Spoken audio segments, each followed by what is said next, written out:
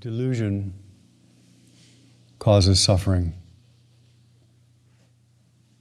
Either it causes suffering in our life or in the lives of those around us. And if you want to know how deluded you are, just look. What kind of wake do we leave behind us? What kind of internal state do we have? Everyone has got challenges. That's a given. You would not be in this human body if you did not. And so everyone has their particular opportunity to gain their particular kind of wisdom and their particular expression of compassion. And it's not easy. It's not easy. And part of what makes it not easy is we are so convinced of our delusions, so convinced of who we think we are, that we keep running into walls or stepping in front of cars, or maybe simply using sandpaper on our skin. As we do Sesshin and as we move from this particular environment into other environments, we're always completely 100%, 360 degrees surrounded by an environment of some sort. It is important that we reflect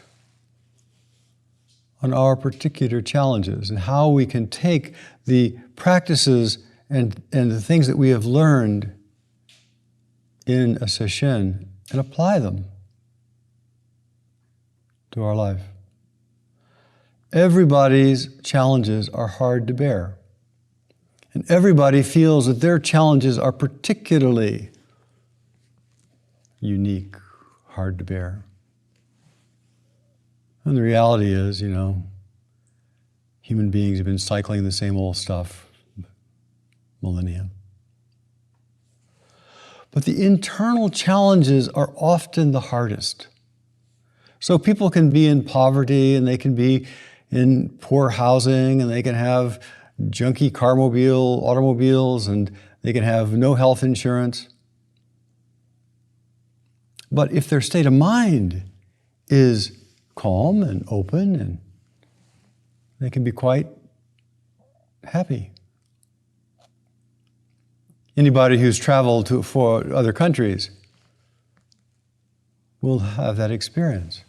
That sometimes you see people who are living in the basest poverty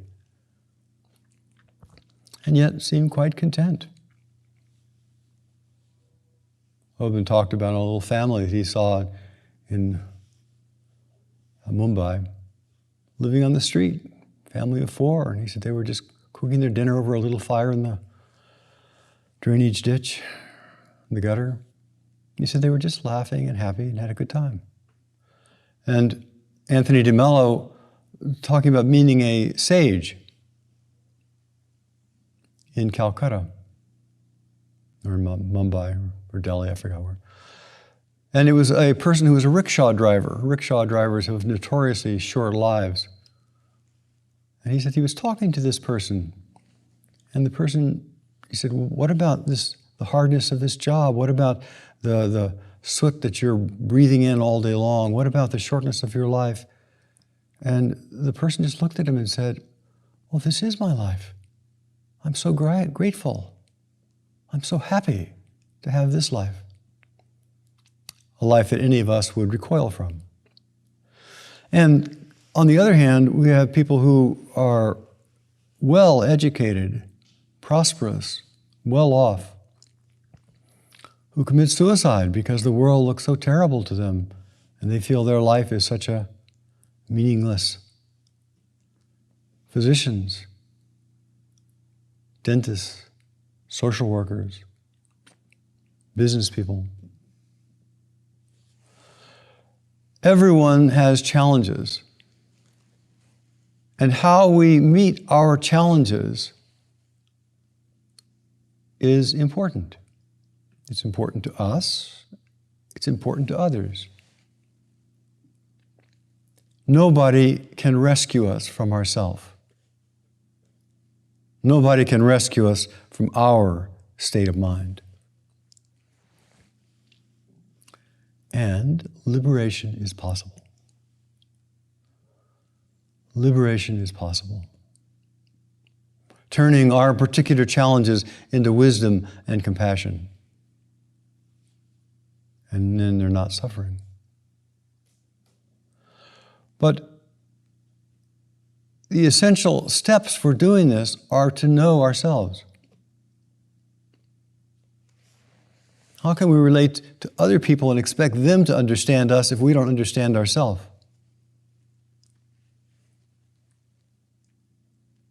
If we can't find compassion and stability here, how can we expect anybody else to find compassion and stability out there? If we can't find integrity right here, how can we ever expect other people to hold it for us? To know ourselves. And in this tradition, the way that we emphasize that is first off, to stabilize the mind. Stabilize the mind by stabilizing the body, by being anchored in the isness of this moment. And we've been doing sound practice and meditation. We've been sitting here stabilizing the body-mind. That is not liberating. It's not liberating, but it is essential for liberation. If we don't stabilize the body and have some means of really anchoring through exercise, through meditation, through Aikido, through Tai Chi, through whatever it is that we do, then we are much more likely to believe the vagaries of our mind, to believe the phantasmagoria of thoughts and possibilities that flow through. If we don't have a place to be stable, then we become confused. Become confused anyhow, but at least we have an anchor of sanity.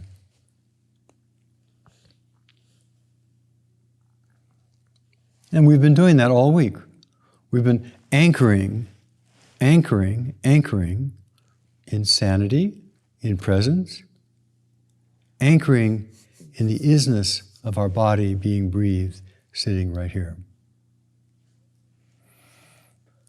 And sooner or later, the mind stops arguing with that and just says, well, that's the way it is. And then we begin to enter stability.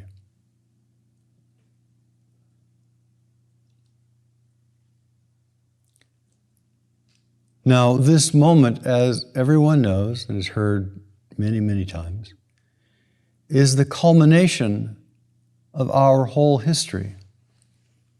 The particular challenges that we have, whether it be restlessness or blindness to our own disorders or abuse in our background or old reactive patterns or neurologic disease or whatever our particular patterns, are, of course, the culmination of the history of our life. Not good, not bad, just a particular challenge to turn into wisdom. But we also have the opportunity to turn it into stupidity. And we often see people in the world do exactly that. Have a particular challenge, and instead of turning it into wisdom, kindness, compassion, stability, they turn it into stupidity and do stupid things and hurt others, hurt themselves, and end up causing innumerable problems.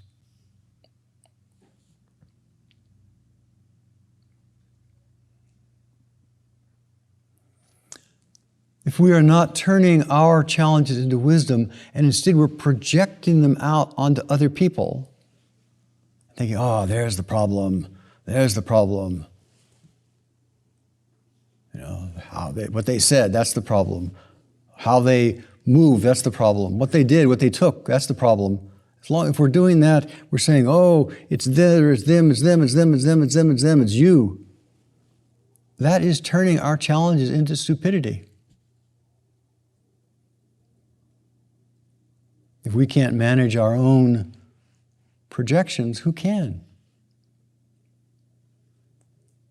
Projections, we project our fears, we project our motives, we project our desperation onto others.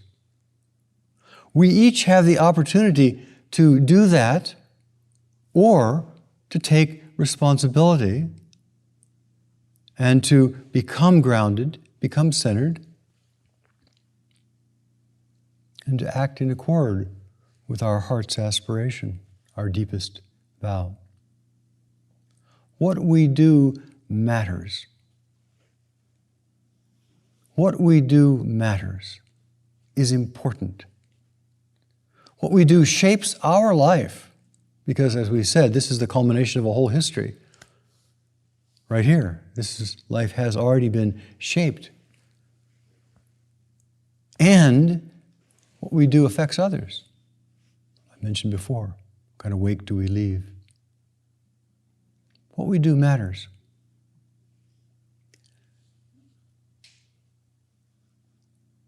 And sometimes we have to do some internal work. We have to do repentance work, repentance. We have to really become one with, we have to acknowledge, we have to bow before the unskillful actions that we have created, that we have carried forward. And we have to truly find in our hearts a place of repentance, letting them go, being one. And sometimes we have to really look at our motivation. Oh, I've been run by anxiety my whole life. Oh, I've been run by restlessness all my whole life. I have to turn my attention there. What we do matters.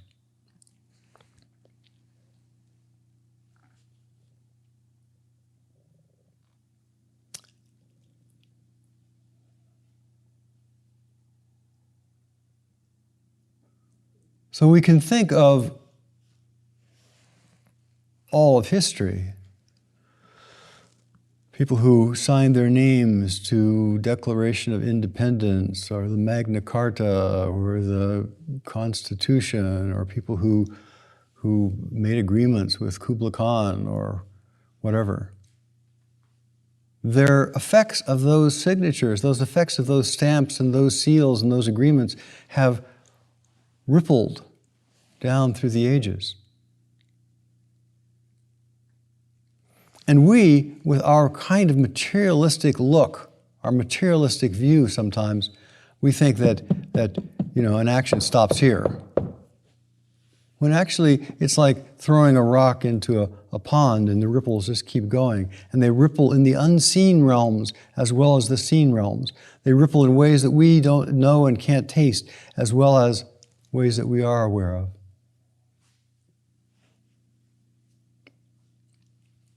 We traditionally say there are 6 senses in Buddhism. Seeing, hearing, smelling, tasting, touching, and thinking is the 6th sense. And sometimes we don't give appropriate balance to those 6 senses. That we somehow often think that our mental activity, the mental phantasmagoria that we have created, the mental activity, the fantasies, the projections, the delusions, the illusions, the confusions that we have, that flow through our minds, which they all do, we take those as more real than the kinesthetic experience of sitting on the earth. We take those sometimes as more real than the direct, kinesthetic auditory experience of hearing this sound right here, right now.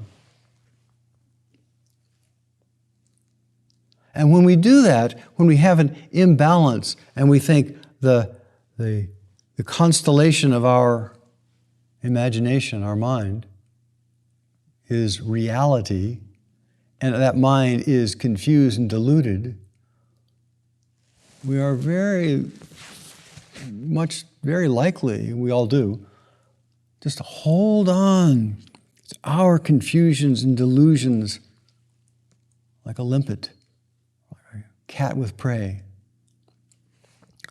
We cling to things that we know are not true.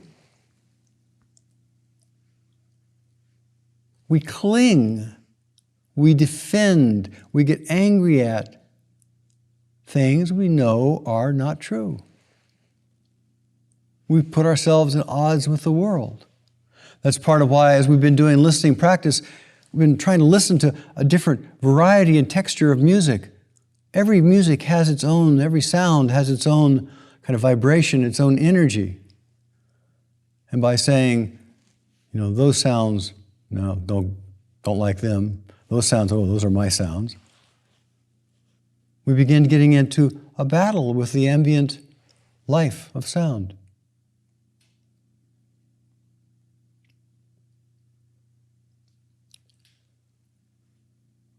Clinging to things that we know is not truth. We may know that all sound is sound and all sound has its particular vibration. We may know that it's just an energetic field, but we then say, ooh, I like bebop.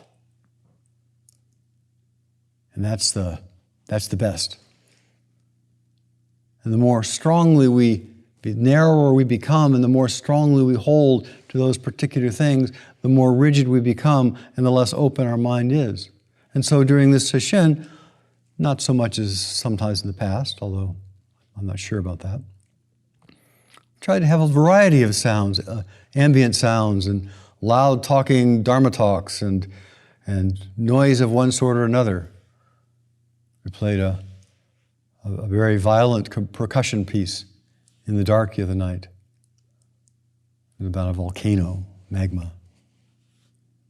We played very soft, sweet, ambient music.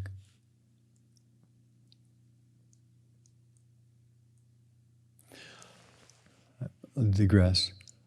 We cling to things that we know are not true. So, for example, we say everything changes. We say there is only this moment. It's all we can experience. I think we've all said that in one way or another, heard that dozens of times. And we give lip service to it. Lip service means we say something with our lips and not with our heart. You say, oh yes, that's obvious, everything changes, yes, only this moment. But then we act in a very different way. I still have to plan my next assignation. I still have to order pizza. I still have to buy plane tickets. I still have to... And we live in the future.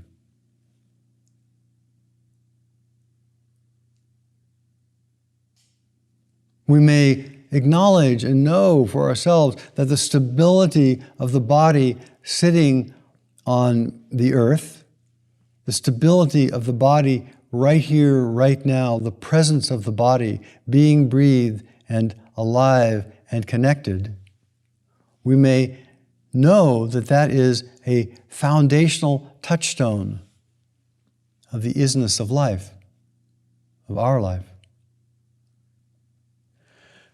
And then our mind just gets caught up in he said, she said, this happened to me and this happened to you, and gets caught in the past, gets caught in the future, and we forget. We forget what we know to be true.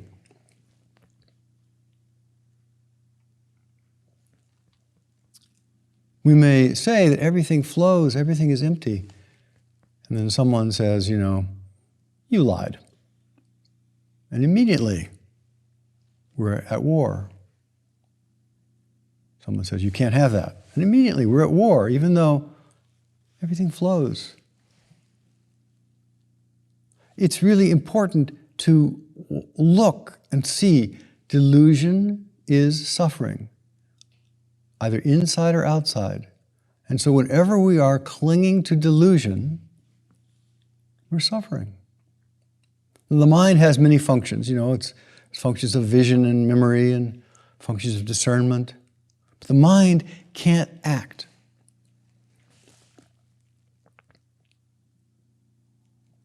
The mind can envision. And envisioning is a wonderful tool. You know, many great visionaries are completely ignored because other people can't agree with them, can't see that same vision. Or spiritual visionaries sometimes are crucified because people can't expand to see that same vision. Envisioning, you know, creative, points us, heads us. But fundamentally, all of our mental activity is dependent upon agreement. Remembering is a skill, it's a wonderful skill, but it's kind of based on agreement. So if I started imagining that we had asparagus cordon bleu last Tuesday, and I got everybody to agree with me that we had that, how would we prove it wasn't true? Throw away the menu. When we say, oh, I was hurt, I was harmed, I was abused, and we get a bunch of people to agree with us, yes. We get agreement. Agreement about what's going to happen, agreement about what has happened. We get agreement. And then we begin to thinking, agreement means safety, agreement means being right, right is delicious. We cannot get agreement if we were to poll everybody in this room about the music we played and what we played when and what was moving and what touched you, there would be very little agreement.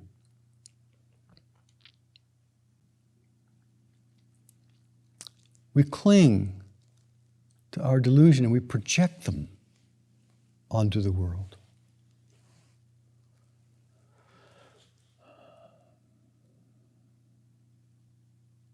The world doesn't care, but we care, and our actions affect the suffering that we experience and the experience of people around us. So to know that imagination is one thing, and to know that the earth and the sensation of sitting on the earth is another thing is important.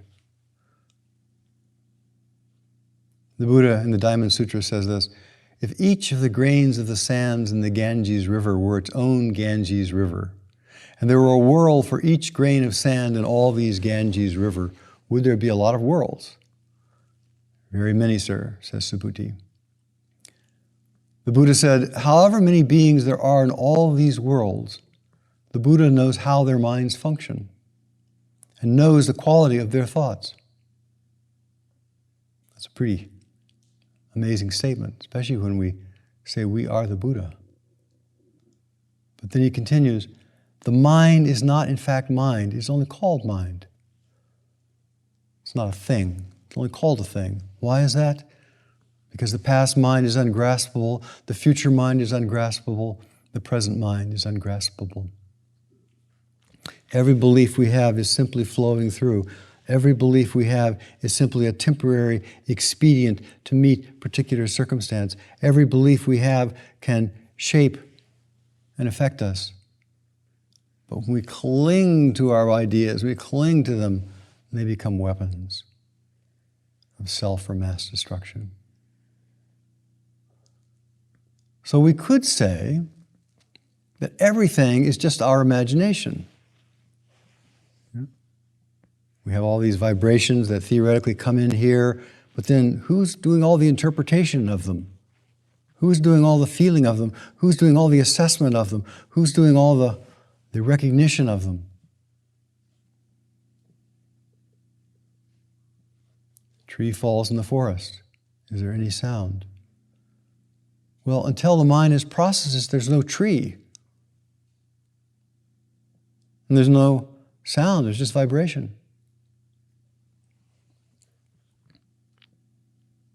So we can actually imagine and actually see that the whole world is just a projection of our imaginations. And the only evidence that we have that it's not true, I'm not sure there is any evidence, because all the evidence we have is just more thought. More thought leading to more thought, leading to more thought, leading to more thought. And then we get a bunch of people saying, I have the same thought, and we think that's real. If we turn this into music, past music is ungraspable, future music is ungraspable, and the present music is ungraspable. It's all flowing through. There's nothing to defend. It's all flowing through. There's nothing to defend because we can't keep something in a particular way. We can't keep it safe and in a box. Even if we're trying to keep something safe and in a box, it's still changing and flowing through, one way or another.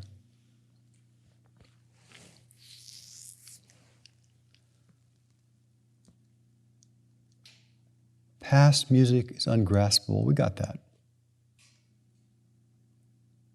Past memory is ungraspable. It changes, it morphs. My life looks different every 10 years. The past looks different every 10 years. It's ungraspable. We can't put it in a box. As I often have said, there are 100,000 books, I think, written on the Civil War, and each one of them looks at a different Civil War, a different perspective. American Civil War. And there are almost no books that I know of, at least, that are written about the 11 civil wars that Russia went through after it withdrew from World War I. No history at all.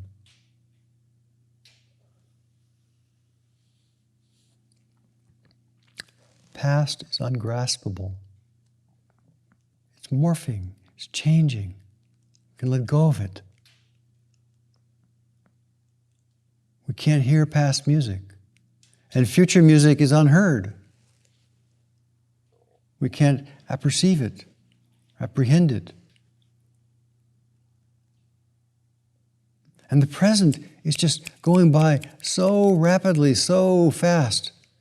Say 84,000 worlds are happen in a snap.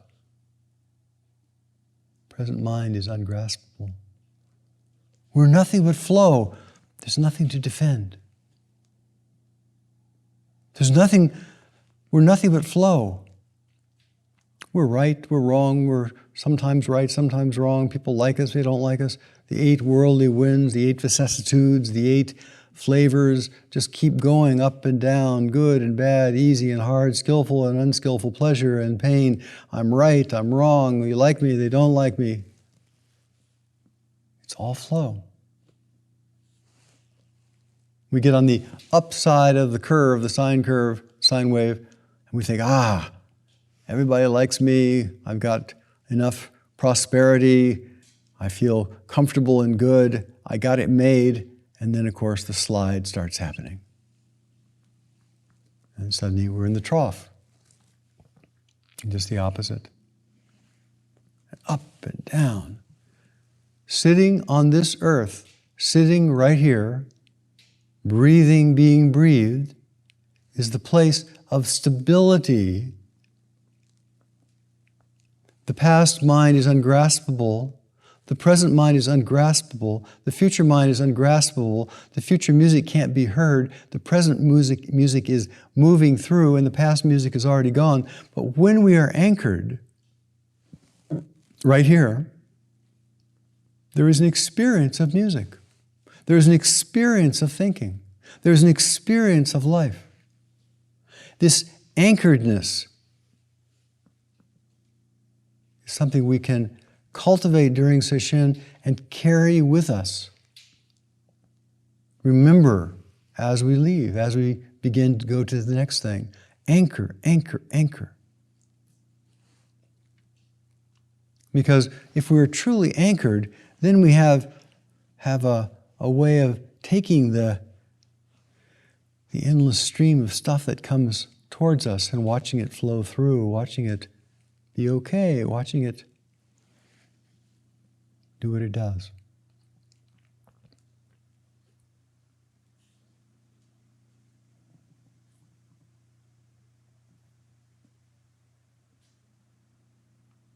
We hear the sound outside.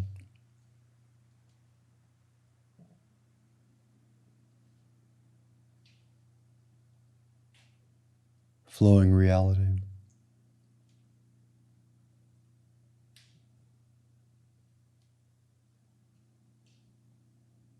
One last piece about that is that, when we believe our views, and we believe who we think we are, and other people tell us differently, so you really are stuck up. You really don't pay attention. When we have our own fixed views and other people tell us things and we give so much more credence to what we think about ourselves, and we're unable to actually hear that perhaps other people have a view and have information that would be worth listening to. Perhaps they even see us more clearly than we see ourselves.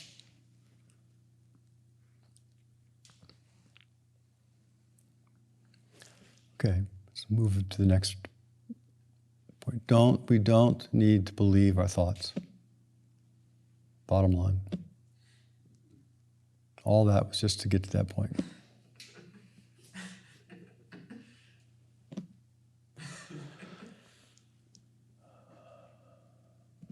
So, right now, we all have visual sense. Right now, we all hear this sound. And the visual sense of what we see is simply the visual sense of what we see. The interpretation of it is a whole mental activity.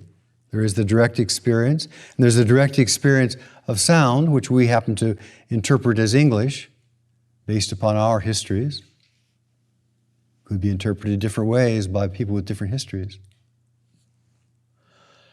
So sight, sound, smell, taste, touch are all vivid experiences of this moment, constantly changing, constantly flowing, anchored. And it is there that we create action, that we do things. So we have a vision of getting on a plane to go to Swahili, and the pandemic is now over and everybody is free, and we decided we want to go to Swahili and we've got to go get a plane. The vision is great. We need to get to Swahili. It's our fantasy. But the only way to do it is in this moment to check our bank account, in this moment to check the plane schedule, in this moment to look on the computer, in this moment. The only way we can ever have anything in the future actually come to be is by meticulous attention to this moment. We want a partner. Future partner is ungraspable. Past partners are no good. Yeah? Present partner is unfindable. So, in this moment, we act kindly. In this moment, we are practicing generosity. In this moment, we practice integrity. Kindness, generosity, integrity in this moment, in this moment, in this moment, in this moment, in this moment. And then when the right circumstance happens, somehow somebody or something appears.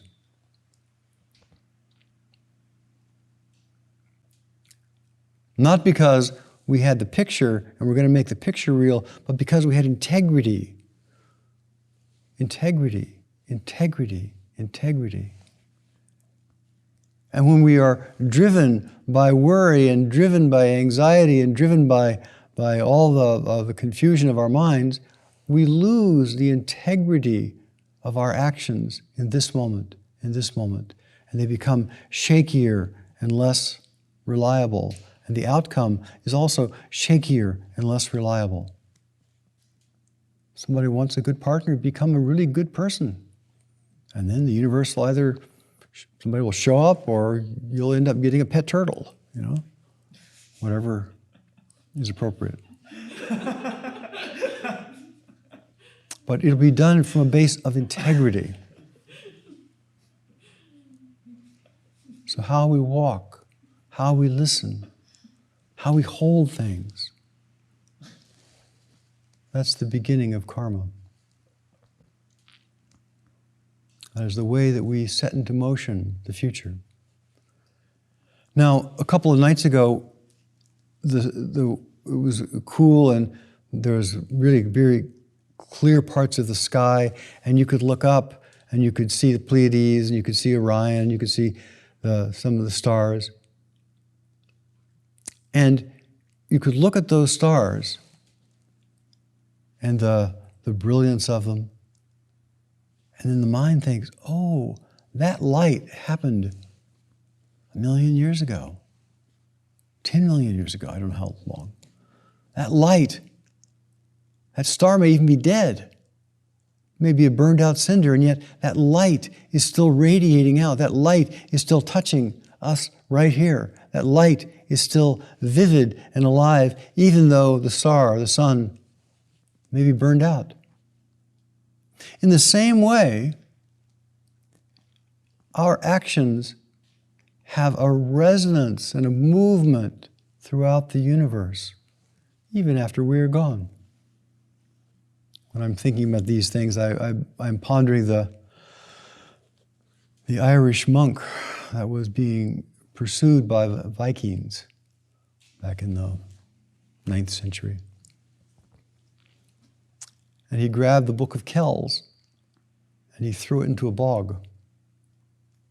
And because he did that, 1,000 years later, this magnificent manuscript came to light.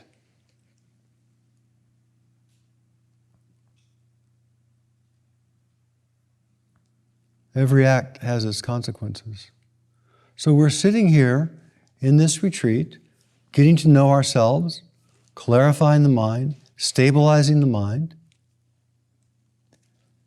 and beginning to and continuing to be able to discern when our actions are coming from greed, anger, and ignorance, and when they're coming from a genuine integrity, kindness, truth, listening. Now, so let's do an experiment.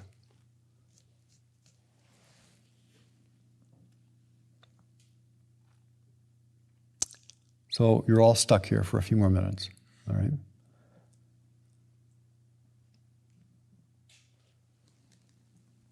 Please say to yourself,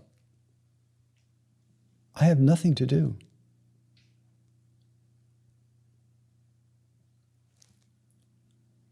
There is nothing right here, right now that needs doing. Nothing.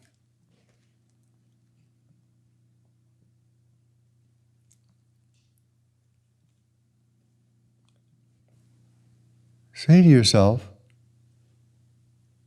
I have nothing to do, nothing needs doing, I don't want anything.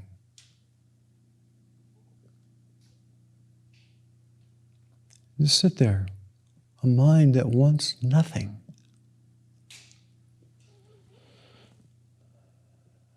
And don't be afraid, a mind that wants nothing, nothing.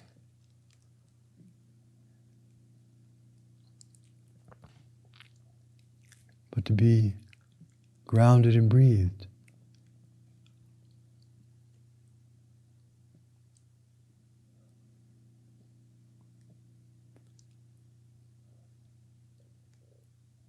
This moment, you have everything you need. You need nothing.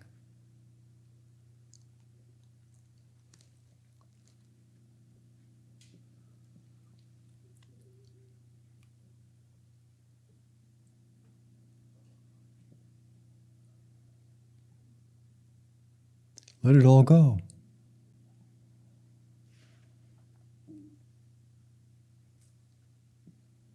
If you can, just go into the state of mind temporarily of There's nothing I want to do.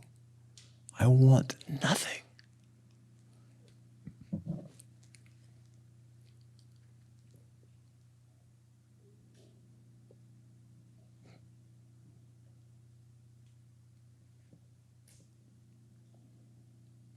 Now, if we want nothing, please check and see if you're still breathing. Because breath is not about wanting anything.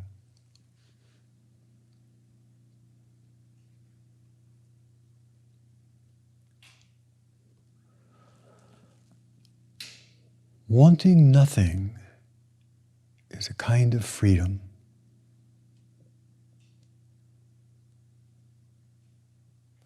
Imagine you are sitting here totally free because you want nothing.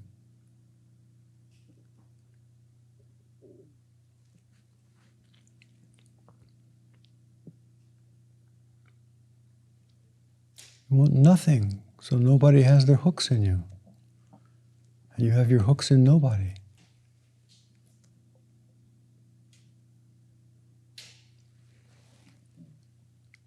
Totally free.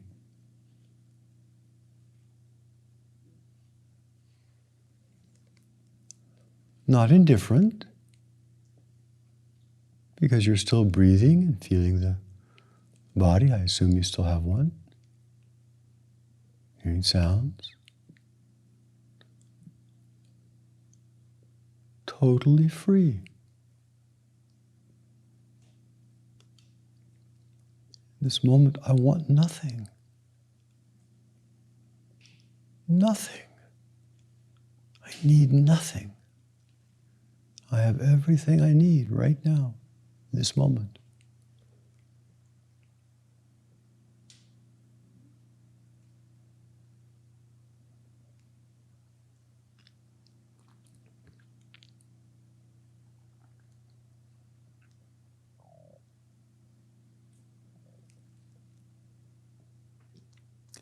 Now, I guarantee, cross my heart, that if the bell rings to end this period, even though you want nothing, something will happen.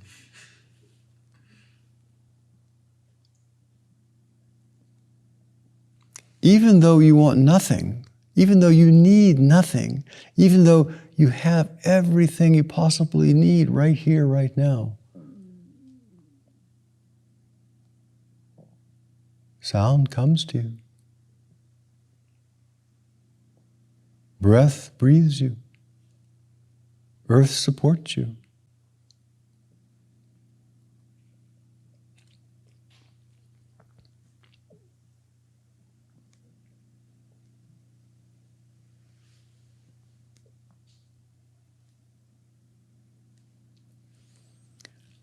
I encourage everyone to do this experiment repeatedly. You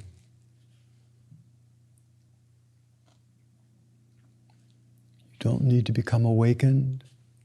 You don't need to get better. You don't need to grow an extra 2 inches. You don't need to lose weight, gain feathers, whatever. Nothing. You don't even need to have a thought. And yet, they come. When you don't even need to have a thought, and you're completely free of wanting to do something else, yeah, thoughts will come. So what?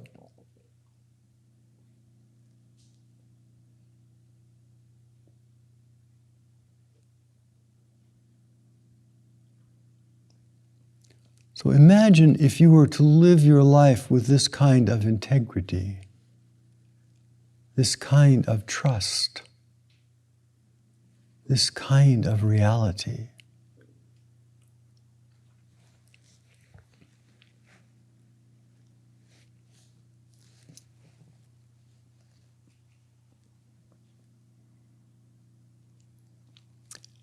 And can have the direct experience of freedom, of liberation,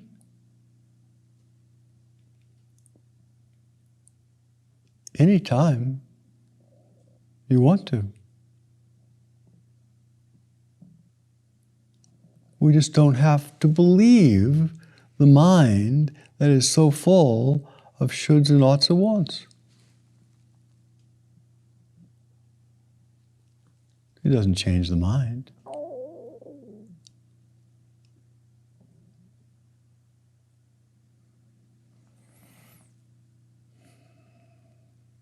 It's important to check these kind of things out and to investigate and to be curious about them and to see, is this true or not? Because if it's something that we heard and we say, oh, should be true, ought to be true, something we read in a book, it sounds true. And then we try to grab a hold of it, it's a kind of defense. It's not an insight. To actually realize for yourself the place of freedom, and then freely sitting in this room for a while, and freely engaging with the world with integrity, with connection.